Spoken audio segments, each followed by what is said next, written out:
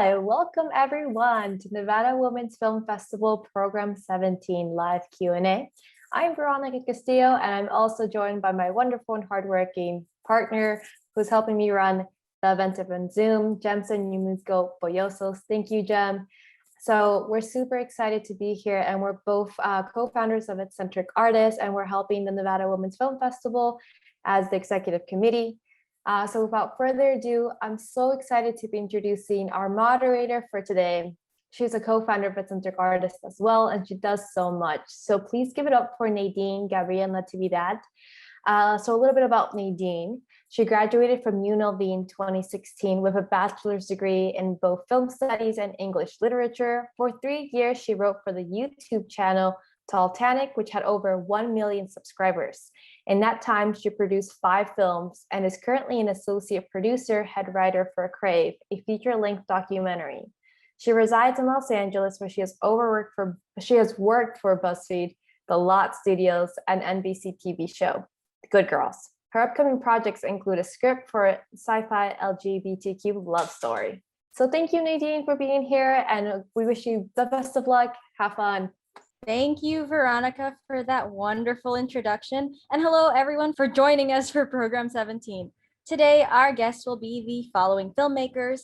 From the film Before, we are joined by director Julia Monahan and actor Ellis. Hello. With Virtually Happy, we have Emma Selinski, the producer, writer, and director, and actress Laura Hughes. From the film The Day the Lights Went Out, we have editor Morgan Tilley. And from Theory of Soul, a Monro documentary, we have director Rachel Ma. Thank you all for joining us today. I have a general question for you all, and whoever wants to speak first, go ahead. But the question is, what prompted you or inspired you to make your film? Oh, I can jump in with this one. Go ahead. So Virtually Happy, it's about a bubbly young woman who dies taking a selfie on virtually the best birthday of her life. And it was inspired by a few years back, I went to a birthday party with my friends. They were in their 30s. And for the whole dinner, it was at a restaurant, everybody was on their phones and not talking to each other. And they were just posting about what a great time they're having. And there was no interaction with each other. I went, there's something really wrong about this. And so that was the initial. They had a virtually happy birthday, but in reality, it wasn't very happy at all. So that was the spark for that film. Oh yeah, I've definitely been in those situations. You're just looking around and you're like, it's supposed to be a party, and everyone's head's just down like here, and you're like, okay, well, I guess that's how we're gonna go. Yeah, so it's really about the addiction to social media that we have. So yeah. Anyone else like to hop in their film? Go right ahead.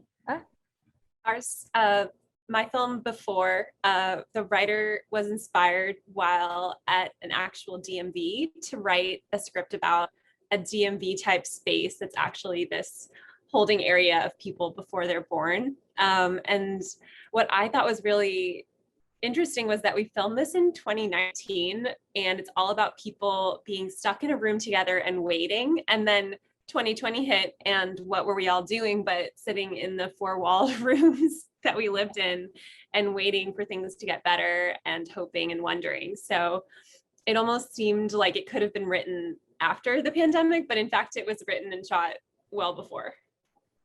Wow, that's crazy. You know, I didn't even think about it. It did feel very like there was something very familiar when it started, just sitting there, just waiting. You're like, you have nothing else to do. And I was like, why does that feel so familiar right now?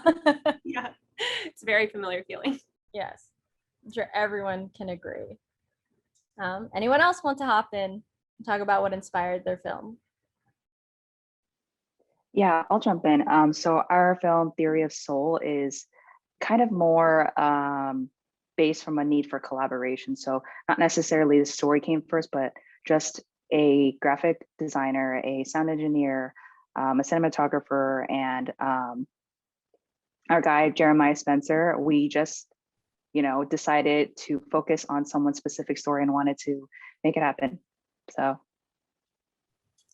that's really interesting, considering that like documentaries are a very sometimes complicated way to like happen, because a lot of times you don't know what your story is going to be until you start filming. So yeah, very interesting. It just came from this need to like, we just want to collaborate. We just want to do something and tell someone's story, right? yeah, definitely. It kind of like just makes it on its own. Like the story kind of completes itself as we make it. Yeah, that's the magic of documentaries. You just don't know till the end. All right, cool. Speaking of documentaries, Morgan, would you like to tell us what prompted the creation of The Day the Lights Went Out? Absolutely. I actually was not there for the creation of The Day the Lights Went Out. I was approached by Breton Levner at UNLV, and she was like, hey, I just need some editors. Like, you can take this on as your final project. Like, just help me out with the editing of this. And I agreed to it without knowing what it was. And it turned out to be the honors students who were in her documentary class and just learning about documentaries. And as far as I can tell, they pivoted immediately the day the lights went out in Vegas, and the day that, COVID really shut down the entire city. And it seems like they pivoted right away. They were each working on their own individual documentaries, and then suddenly they all came together as a class and were able to create and record all of those interviews that you saw accumulate in The Day the Lights Went Out. So I'm sure it was a really interesting process to come about, but unfortunately I jumped on right at the end. Yeah. I mean, it is crazy. I was looking, because I did read like, it was a class effort and there were so many of you involved.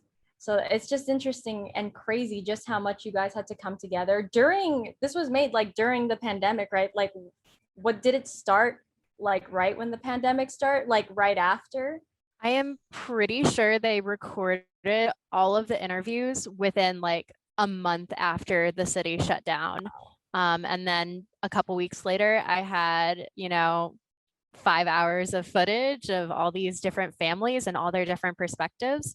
So as far as I know, we recorded it as soon as the pandemic really set in, and you really realized like, oh, this is kind of not going away for a hot second. Yeah. Oh, amazing. I can't wait to hear more about that as we move on with our Q&A. Thank you, Morgan. Okay, so we are going to be moving on to some individual questions for y'all. And Julia and Emmy, I'd like to start with before. Speaking of starting, I wanted to talk about the ending. Like, I just remember getting to the end of that and just being so anxious and just wanting to know more. Like, Julia, was there ever a point where you did feel like you needed to show more about No Name, or like wanted to tell more about why no one wanted this? Or was it strictly like, we're not gonna tell anybody, like this is the point? Like, elaborate on that decision in the story. Of course, yes. So that was actually a big discussion between the writer and myself, because we really wanted to leave a lot of the interpretation up to the viewer. I really think that the purpose of short films is to ask questions, not answer them. So we had a lot of conversations about it, and even pulled a few things back so that we weren't hinting at anything, and really just leaving the interpretation up to people watching. And it's actually been really cool, because as people watch the film, almost everyone has a very different opinion, and they're very sure of what life Emmy's character accepts. And then the fact that everyone's opinions are so different, I think that's what makes it so interesting, because everyone comes to any film with their own set of life experiences and then makes their own calls. So it was definitely intentional. And then we just wanted to make it feel like an open-ended ending, but also leave room for any sort of interpretation. So there was a little more you guys had planned to show, but you pulled back. Yeah, it was sort of like a constant conversation between us and the editor as well, just how much information we wanted to give. But we decided to sort of let the audience fill in the holes as they watched. Oh yeah, I mean, I definitely agree with that notion that short films kind of have this purpose of like, you don't want to give too much because it's so short. You do want to leave the audience like wanting more, right? And so I think you guys hit the nail on the head with that one, because I just sat there like, no, I want to know. I want to know what was so crazy or what was so bad about No Name's life that no one wanted it. And speaking of which, Emmy, I'm not sure how it was in the script, but how was it trying to react and like act out a reaction to this thing that the audience doesn't know what's going on? They can't read the paper. They don't know what's on there. How much information did you have or were you given to work with? I was given about the same information that is shown in the film. Like I was never informed of what the life was or what the piece of paper said or what the life was she was taking. And I was kind of like glad for that too, because I think our minds go to like, what could be the worst possible life? And then as an actor, I feel like that kind of makes me feel further from the character, because then you just start thinking of extreme, crazy situations as opposed to like the central message of the story, which is about, what makes life worth living. And it doesn't have to do with necessarily our race or socioeconomic status or diseases we have or don't have. It has to do with a lot, something a lot deeper than that. So I had to, like, I didn't have much information, but I thought what was really fun about the character was like you get to puzzle pieces together, because her name in the script is Tabula Rasa, which means blank slate, whereas all of the other characters are called like anxious visitor or gossiping visitor. And so if all of these people have earthly characteristics like being anxious or gossiping, but mine is a blank slate, does that mean maybe I haven't been to Earth before and everybody else has been? Have they been reincarnated? So it's kind of fun to like speculate what the background of this character was and how that would influence the way she behaves. Yeah, I mean, it's definitely interesting. I did get the sense like that kind of like small smile that you give near the end when you're just kind of like, yeah, I mean, like maybe nobody else wants this life, but I did get the sense that, as you said, Tabula Rasa was like, well, life is still kind of worth living no matter what you're given. And that like with like no words, that just came across really well to me. And I'm sure anybody watching could agree. So very good job on that. That was such a cool watch and really got me thinking, guys. Yay. Yeah. Yeah, no worries. Okay, moving on, because we go, oh my gosh, there's so much time already passing. Virtually Happy, I'd like to talk about that film next. Yay. Hello.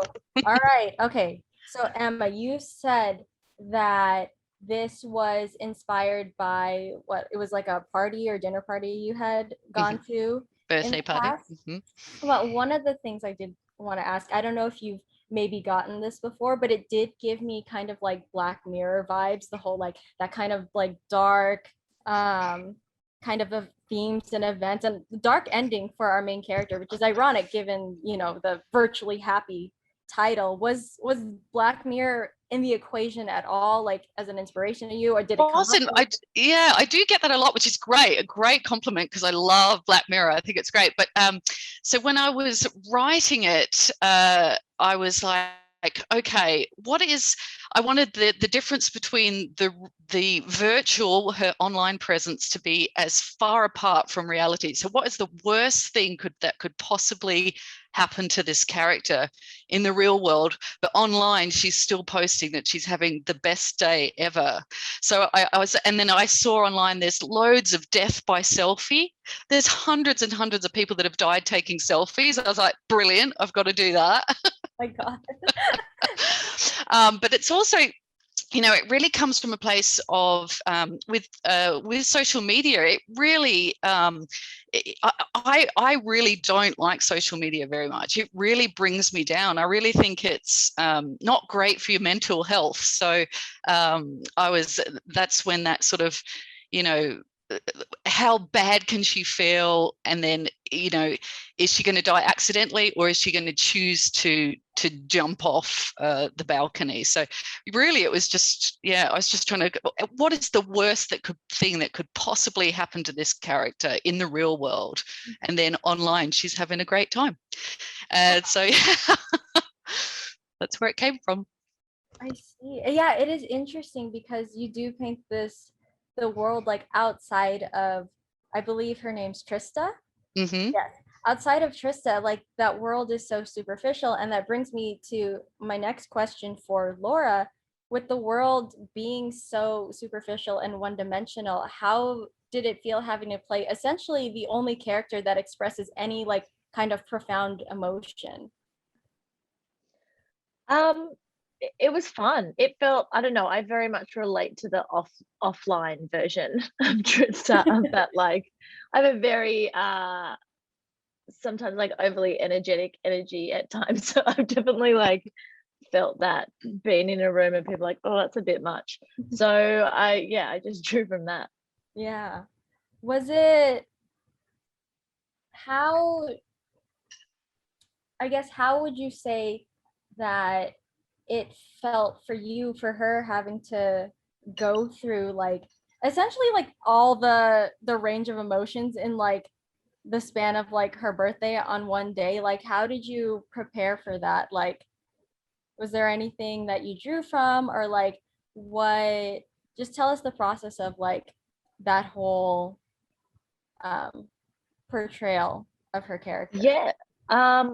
I really didn't overthink it for me. I would just use what was in the moment. Emma did a great job of providing a really safe space, and all the other actors were so supportive and lovely and gave a lot, especially, you know, the gentleman I was in the bathroom with. I felt it was a much harder time for him. So I didn't really, it's all kind of happening in the moment and just thinking about, you know, what happened before and just before the scene. So I didn't, we talked about, Emma and I had a lot of discussions. This is our second go at trying to make the film. The first one was not so successful. So we'd had a lot of discussions about where she was and her journey. And then I kind of just tried to access it in the moment.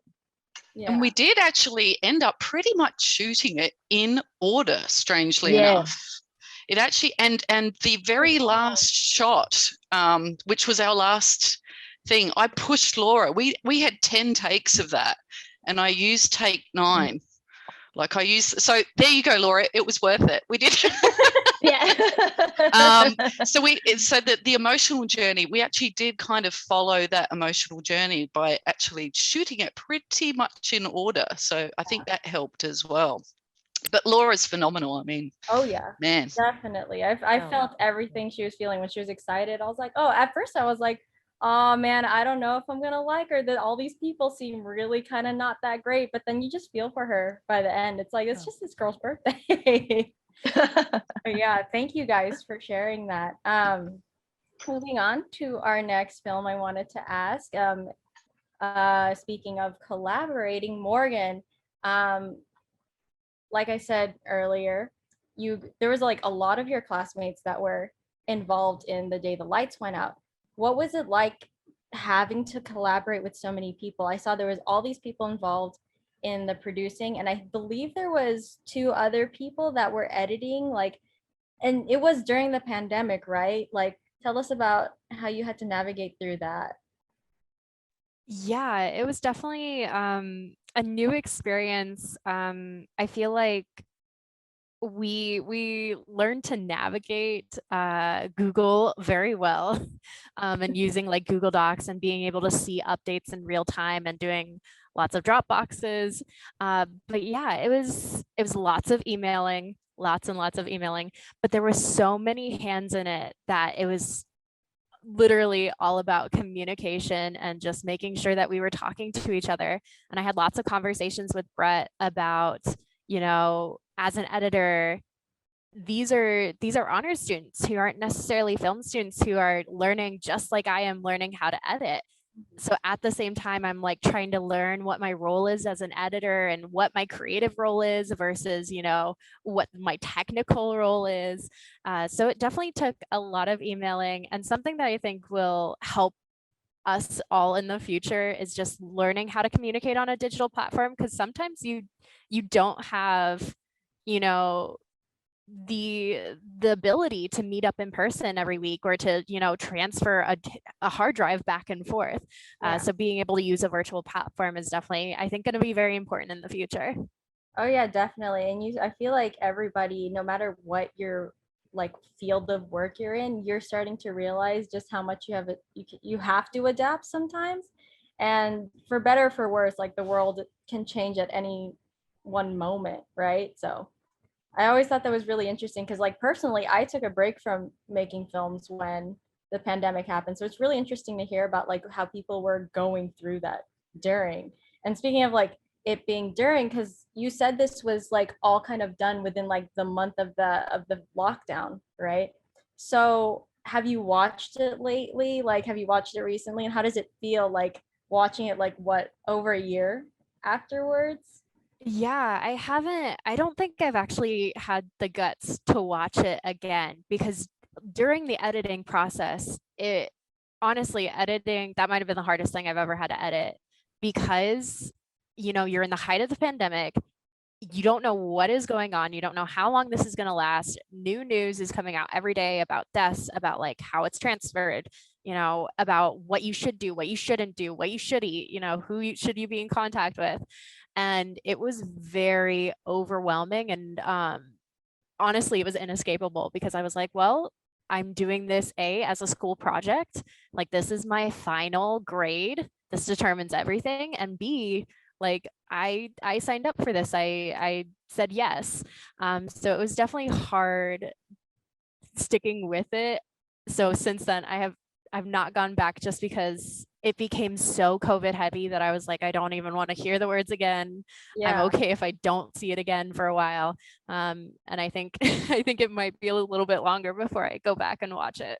Oh yeah, I mean, totally understandable. Even I had to pause in between because I was like, it was kind of like making you relive what it first felt like when it happened and how no one knew anything. And that was going to be one of my other questions to you, like, like it must have been like emotionally impactful and even difficult editing it, as you said, like, because you're seeing all these different people's perspectives of how they have to deal with this new scary thing and their new way of life. So yeah, I mean, I can't imagine going through that and you're just like, well, this is a school project. I have to finish this.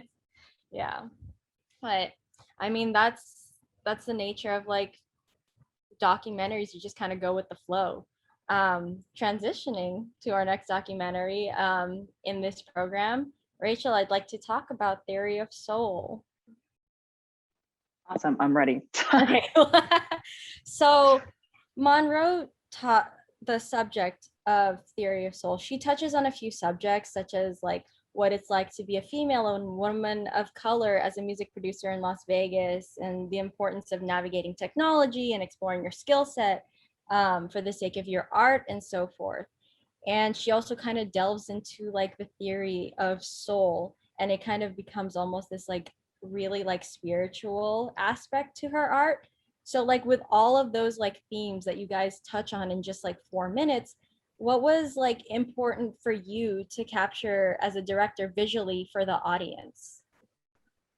I think the biggest thing is setting the tone in a like realistic environment. A lot of times, like we see these films and documentaries, and it almost feels a little too fabricated. Like, of course, everything is not going to be super like in the moment or authentic enough, but we wanted to make it relatable.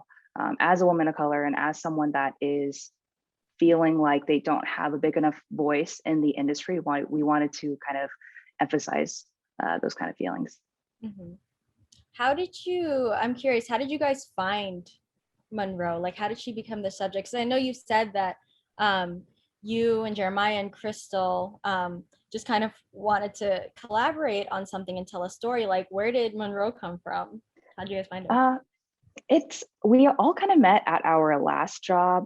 We've worked at a company together, not anymore, but we all met at our last company, and we were kind of talking. We're just like a random group of friends, and we have like different sets of skills. So someone's a cinematographer, someone is really good with lighting, design, and then of course like music production. So we were thinking like, how can we tell our own stories visually and also speak to everyone else at the same time. So it was very like, it sounds very planned, but it's very much on the go. Like, oh, let's do this day, or let's decide to record this show and then see how we can piece this together. So not very organized, but as organized as you can get, I guess. Yeah. Well, I mean, it seems kind of like you guys were going to like her different shows and everything, and also interviewing her was that her studio, her house where she was working at? Yeah, so her interview is based mostly at her old apartment, where she does all of her work and collaborates with other artists. So we wanted to get that kind of feeling as authentic as possible. Mm-hmm. How was it? Because I know there was like some sort of like you guys trying to figure out, there's the three of you, right? It's you, Jeremiah, and Crystal. And how did you guys, being directors, and I believe, is Crystal the cinematographer? She's also, it was, I don't know how to like exactly differentiate, but we're all like collaborative on the cinematography, but she is the main designer on there. I see, okay. Yeah. All right, cool. Well, thank you for sharing that. It's very interesting because I'm not a director in any sense. So it's really cool seeing like what like directors of documentaries, how they plan things out. And you said like, hey, it's chaotic, but you still made something out of it. Something that was, you know, and you have a subject too. She went a lot into like how, like she talked about the theory of soul, right? And she talked about how it's what feeds your mind, feeds your body, and what feeds your soul. Like how, and that became the title of the film. Was that planned at all, or like if not, how did you guys decide that? That one was a little bit more planned. So definitely the focus of the theory of soul is that you should not be limited by the amount of hours in a day. So it feels really overwhelming when people want to get as much as they want, like a lot of things done in the same day, and it feels like you can't accomplish your goals. But we wanted to make it kind of emphasize that point, where Monro is talking about her skill set, but at the same time, her technical aspects of it as well. Like you can do what you want as long as you put your mind to it, and you shouldn't be limited by what other people set as their own standards. You have your own standards, and everything is very subjective. Yeah. All right, cool. Yeah, I remember like we're talking about it, and I was like, oh, that seems so profound, but it is very relatable, and I feel like kind of brings me to my next general question for everybody, because I think we can all relate as artists. Like, how do I do the best for my art? What can I do? And I like that'll make this the best thing I can make it and present it to people. And I feel like with the pandemic, you're just sitting there with your thoughts a lot, and you're thinking about like you're going through all these different challenges, right? And so my next question is, what was the most challenging part of making your project, whether it was during pre-production, production, or post? Whoever wants to go first, go ahead. Oh, well, Laura's laughing as well. So Laura mentioned it a little bit earlier that we had a bit of a rough start with Virtually Happy. The first time I tried to shoot it, in Fresno with a production company there. And unfortunately, they turned out to be completely incompetent. And so we actually did the first day, didn't we, Laura? We did, well, half a day, because they were 2 hours late, and we got kicked out of our first sort of location because there was an exercise class there. So it was a bit of a disaster. So, and then, so that was a false start, and they ended up sort of taking all my production budget from me, unfortunately. But it was a good lesson learned, and we took it as a good rehearsal, didn't we, Laura? It was a great rehearsal for the cast.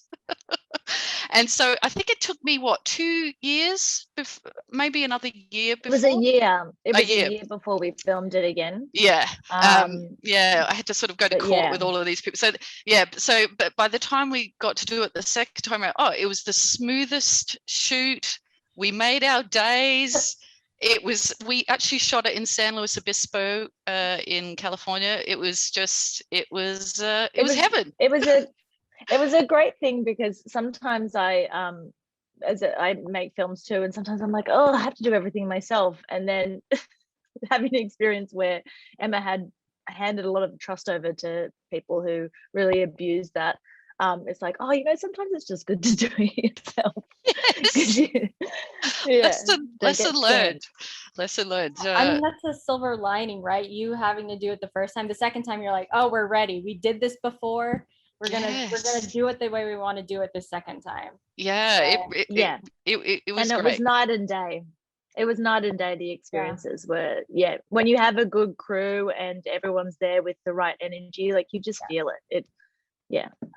I mean, then it was definitely meant to be, because it turned out I wouldn't have guessed you guys had such a rough time, because it was so smooth just watching it. Like, I got to make the film that I wanted to make. Like, before I even did this, I did a whole animated storyboard. Basically, I edited it, put a little music on it, and the end film is pretty much the same as my storyboard. So it worked out great. It was worth it. Dream, right? For it to go according to plan the second time. But yeah, does anyone else want to share what the most challenging part was for us? It was definitely in pre-production, finding our location, because this being a sci-fi drama, we had to either find a location or build a location. And anyone who's based in LA knows that finding a location in LA can often just be so much more difficult. Even though there's so much filming here, it is way more expensive. There's way more competition for the same places. Yep. So I think we went on 10 separate location scouts, like 10 days, where we just saw several locations, took notes, toured them, measured things, and then finally settled on this basement space where we could build a lot of the walls and build a desk and really personalize it. But it really proved to be difficult, because myself and the production designer had to really concept everything from scratch. And I wanted it to feel both familiar and unfamiliar at the same time. So we settled on a familiar feeling room with unfamiliar elements. So we had things like a train ticker that you might see at a train station with like the flapping numbers. Yeah. And then we had like a numbered ticket puller that you might find at a grocery store or deli. So these were like little things that we've all encountered in other places, but maybe not where we see them. And then the phone that the employees use is actually a highway call box that we rented from a prop house. So we just tried to kind of infuse it with things that feel a little off, but you're not sure why, and to create that sort of subtle, surreal feeling. I mean, that's exactly the feeling I got, because I remember one of the things that stuck out to me when I first watched it was like, oh, like it's like a DMV, but then I'm like, oh, it kind of feels like, I was like, oh, it's a sci-fi, right? Because I try not to read the description before I watch these. I just kind of want to go in a blank slate. And I was like, what is going on? Like, I cannot tell where this is until like, it started going. I was like, oh, it's like, some sort of like pre-world, pre-life kind of state. But yeah, I totally got what you guys were putting down, because I was like, it looks like a DMV, but it also, it kind of gave me like sci-fi shows from like the 60s and 70s, that very like smooth, like, and then their hair, the employees' hair, and the way everything was, like, I thought that was really cool. And the setting was definitely something that stood out to me. So very good job on that, you guys. Thank you. Yeah, you're welcome. Anyone else? Time is winding down. Anyone want to jump in? You go right ahead. I will not stop. I'm kind of curious for Rachel. I think, Rachel, it's so beautiful that you said you just wanted to make a story and collaborate. And it kind of reminds me of how, every human on this planet has a story that we can share and you can tell. And it almost even doesn't even matter who it is, because everyone has that, which is really beautiful and inspiring. And I'm curious, like, it must have also been, difficult to plan or produce that. Like, did you ever run into a roadblock where you're like, oh, how are we going to turn this into like a movie? Yeah, no, I mean, I think you pretty much touched upon it. Like, the hardest part was making a story that is cohesive enough for people to understand. Like there's so many things that we wanted to say, and a lot of things that Monro, you know, has like specific thoughts about, but in order to make it from beginning to end cohesive, make sense, and like within like the 5 minutes that we had, I think that was the hardest part. But after, you know, sifting through it many times, it took us like over a year to kind of get it together. But I would say that's the toughest part, is kind of including everything that we want in order.